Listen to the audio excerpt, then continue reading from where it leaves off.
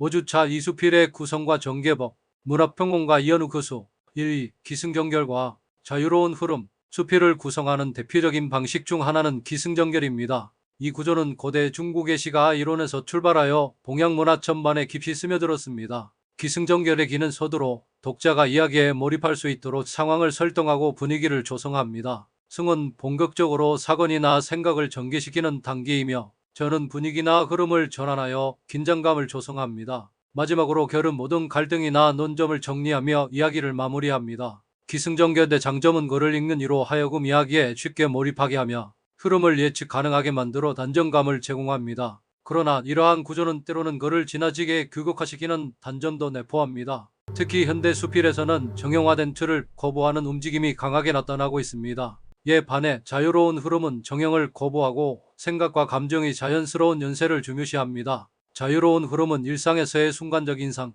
감정의 미묘한 변화 또는 의식의 흐름을 그대로 담아내며 독자에게 다층적인 해석을 가능하게 합니다. 이 방식은 글쓴이의 내면을 보다 직접적이고 섬세하게 드러낼 수 있는 장점이 있습니다. 예를 들어 피천득의 인연을 보면 지간의 선형적 흐름을 따르지 않고 기억과 감정의 연쇄에 따라 이야기가 자유롭게 이어집니다. 그의 글은 과거의 추억과 현재의 감정이 자연스럽게 교차하면서 하나의 큰 정서를 형성합니다. 자유로운 흐름은 이처럼 감정과 기억의 깊이를 표현하는 데 탁월하지만 자칫하면 글의 중심이 흩어질 위험도 있습니다. 따라서 자유로운 구성일수록 내면의 일관성과 감정의 진정성을 유지하는 것이 중요합니다. 결국 수필을 쓸 때에는 기승전결이라는 탄탄한 틀과 자유로운 흐름이라는 유연한 방식을 모두 이해하고 자신의 글에 가장 적합한 방법을 선택하는 것이 바람직합니다. 때로는 전통적 방식을 따라 안정감을 주는 글을 쓸 수도 있고 때로는 자유로운 감성의 흐름을 따라가며 새로운 독서 경험을 제공할 수도 있습니다.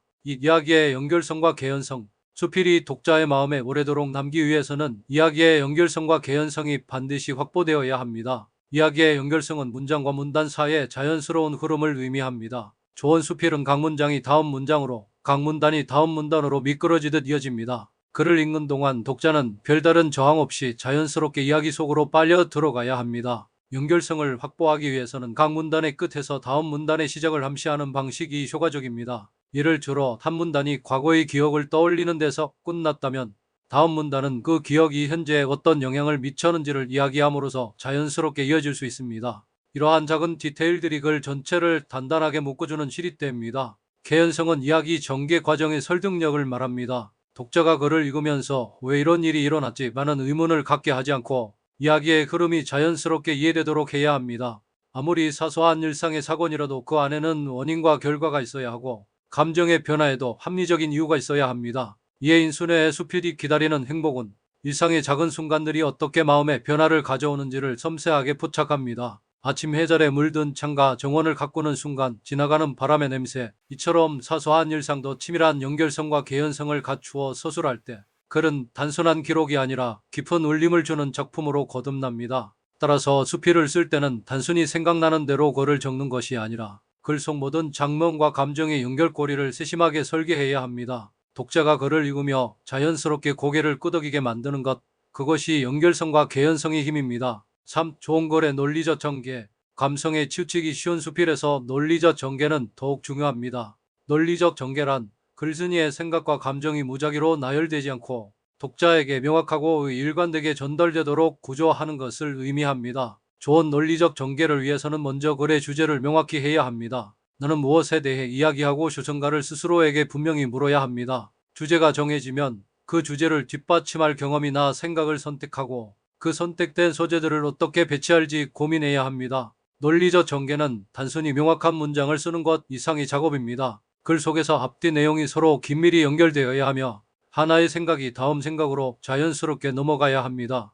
이를 위해 문제 제기 전개 심화 결론이라는 기본적인 논리 구조를 염두에 둘 필요가 있습니다. 예를 들어 피전득의 수필 은전 한이천 어린 시절의 경험에서 출발하여 점차 성인이 되어 느끼는 감정으로 글을 확장합니다. 초반에는 개인적인 추억을 이야기하지만 점차 사회적 의미를 담아가며 글을 심화시킵니다. 마지막에는 은전 한 잎이 상징하는 삶의 가치를 조용히 성찰하는 결론으로 글을 맺습니다. 또한 글을 쓰는 과정에서는 지나친 비약이나 논리적 비약을 경계해야 합니다. 감정이 아무리 고조되어도 독자가 함께 따라올 수 있도록 논리의 다리를 튼튼히 놓아야 합니다. 논리와 감성이 조화를 이룰 때 수필은 비로소 한 편의 완성된 작품이 됩니다. 4. 구체적 이시 4.1 이어석의 메밀꽃 필무업 이어석의 메밀꽃 필무업은 짧은 단편 소설이지만 수필적 감수성을 이해하는 데도 매우 좋은 사례입니다.